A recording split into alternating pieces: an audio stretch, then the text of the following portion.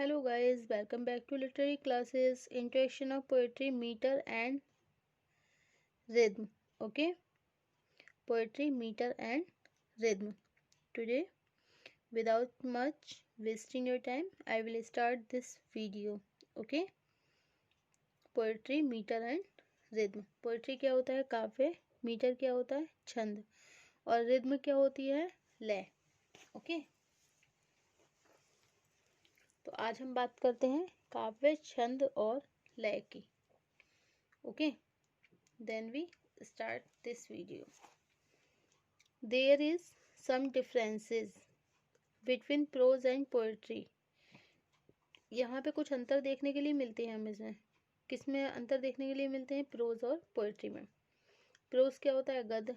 और पोएट्री क्या होती है? पद. मतलब गद्य और पद में हमें कुछ अंतर देखने के लिए मिलता है. Okay, the main difference line in the use of metre.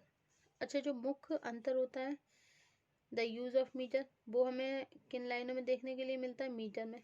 Metre मतलब छंदों में देखने के लिए मिलता है. Okay, use of metre converts, जैसे मीटर का जो यूज हुआ है, जो छंदों का प्रयोग हुआ है, कन्वर्ट्स वो किस में बदलता है? ए पीस ऑफ लिटरेचर, मतलब साहित्य के एक पीस में ही.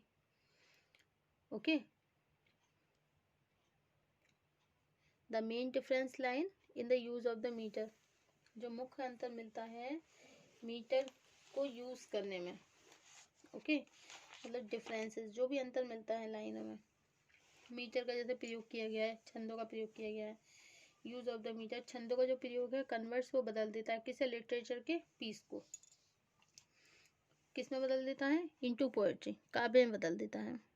While its absence make it prose, जबकि इसकी जो अनुपस्थिति है मेक इट प्रोज, वो प्रोज बनाती है इसे. आल दो, यद्यपि, बोथ यूजेस मतलब दोनों ही तरीके, सम आइडियाज एंड फीलिंग मतलब कुछ आइडियाज हो या फीलिंग्स हो. पोएट्री इज इम्परफेक्ट, पोएट्री क्या है? इम्परफेक्ट है, मतलब परफेक्ट नहीं है बल्कि इम्परफेक्ट है. And defected without metre, and defective without metre. Every patient has its proper pulse. देखिए, एवरी पेशेंट जो मतलब इमोशंस होते हैं, जो भावनाएं होती हैं, हैज इट्स प्रॉपर पल्स, उनकी कुछ प्रॉपर पल्स होती हैं. और our emotion has got a different pulse, और हमारे जो इमोशंस होते हैं वो कुछ अलग पल्स मतलब डिफरेंट पल्स रखते हैं. So we need different, so we need, इसलिए वी नीड डिफरेंट, हमें ज़रूरत है डिफरेंट मीटर की. कॉलरिस से in Biographia Literaria, so we need difference metre. हम देखते हैं, क्या देखते हैं? डिफरेंट मीटर को भी देखते हैं, मतलब अंतर देखते हैं मीटर में, छंदों में. कॉलरिस से, कॉलरिस क्या कहते हैं? बायोग्राफी लिटरेचर के बारे में क्या कहते हैं? मीटर के बारे में क्या कहते हैं? कि metre is the arrangement of the word. Metre क्या है? What is metre? तो metre is the arrangement of words into protection based on strong. तो मीटर क्या है? एक अरेंजमेंट है, मतलब व्यवस्थीकरण ही देख लो किनका? शब्दों का. इनटू द पैटर्न, किस में? पैटर्न में. बेस्ड ऑन स्ट्रॉन्ग, उसका जो बेस्ड था वो कैसा है? बहुत ज़्यादा स्ट्रॉन्ग है. और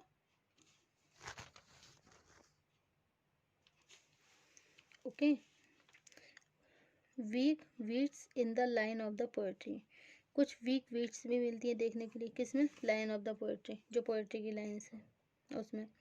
एक group consisting of a strong and some or more weak syllables is usually called a foot. अच्छा, वीक, जो वीक बीट्स होती हैं in the line of the poetry, poetry की लाइन में. एक ग्रुप ऑफ द कंसिस्टिंग, और क्या है? ग्रुप ऑफ द कंसिस्टिंग मतलब एक जो समूह होता है वो कंसिस्ट जुड़ा होता है किससे?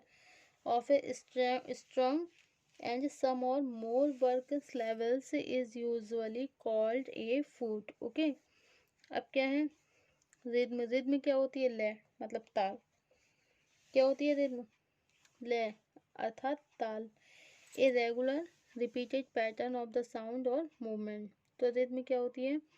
एक रेगुलर रिपीटेड पैटर्न, मतलब किसी भी पैटर्न को हम रिपीट कर रहे हैं, चाहे वो साउंड का हो या फिर किसी मूवमेंट का हो. Okay. In poetry rhythm is express through stress and unstress levels. जो पोएट्री है इसमें रिद्म रिद्म जो है वो व्यक्त की गई है किसके द्वारा? थ्रू स्ट्रेस के द्वारा और अनस्ट्रेस्ड के द्वारा. मतलब स्ट्रेस्ड इसमें दबाव वाले भी दिखाई देते हैं लेवल्स, और बिना दबाव वाले भी दिखाई देते हैं. टेक द वर्ड जो कि शब्दों को लेते हैं किसके? पोएट्री के. Take the word poetry for example, जैसे trochee. The trochee is one stressed लेवल्स followed by one unstressed levels, as in the word conquer. Sponde. Sponde is a pattern of two stress levels in poetry. Okay.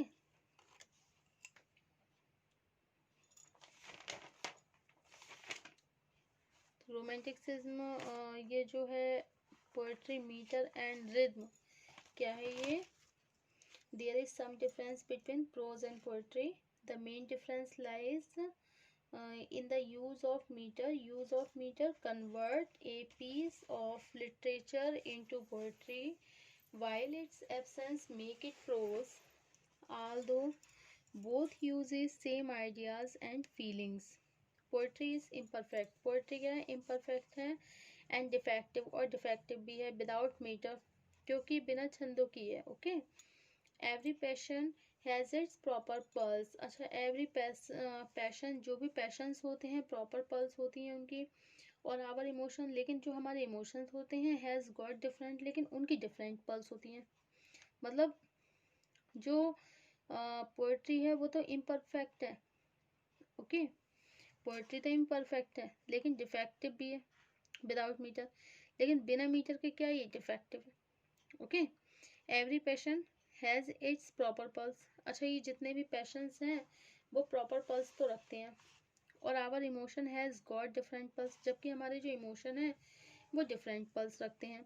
So we need different metre. इसीलिए हमें ज़रूरत है different metre की. Coleridge says in Biographia Literaria. अब ये Coleridge जो है वो बताते हैं बायोग्राफिया लिटरेरिया में. Okay. I write in metre. I write in meter because I am about to use a language different from that of prose. तो I write in meter, मैं मीटर में लिखता हूँ because क्योंकि I am about to use a language, मैं language को use करता हूँ different from that of prose. According to Alexander Pope, the great rule of the verse is to be musical. कि भैया जो great rule होता है ना वर्स का, वो कहता होता है म्यूजिकल होता है. By the rhythm a poet can express. ऐसे ही रिद्म के द्वारा जो कवि होता है वो एक्सप्रेस कर सकता है. क्या एक्सप्रेस कर सकता है? ईगरनेस, अपने ईगरनेस को, एंड वियरीनेस, थकान को, स्पीड को एंड रेस्ट को, लव को एंड हेट को. It create word music and is very alluring. There is often too much misuse of rhythm. Okay. Hope is vanished, joy are vanished, demon my beloved is gone. Neither idea nor pathos is here, so it is not poetry. Rhythm, if organic and not spirable, then it is great use. Wordsworth says a strange thing. There is no difference between language of the prose and poetry. For Wordsworth, meter and rhythm are the superadded word. For Coleridge, they are essential. Okay. For Sydney, rhyming and versing are not only for ornament's sake, but are of great use. Okay. It is one of the structured device whereby the poet gets success in enhancing the emotive quality of language and also by repetition. It supplies pleasure, emphasizing on imagination as essentially part of every composition. Coleridge कहते हैं, the rules of the imagination are themselves the very power of growth and power of growth and projection. T.S. Eliot suggests the need of little prose for poetry, and is little poetry for prose, and says, I believe more prose is bad because it is like bad poetry, then poetry is bad because it is like bad prose, and to have the virtues of good prose are the best minimum requirements of good poetry. Okay, so neither idea nor pathos is here, so it is not poetry.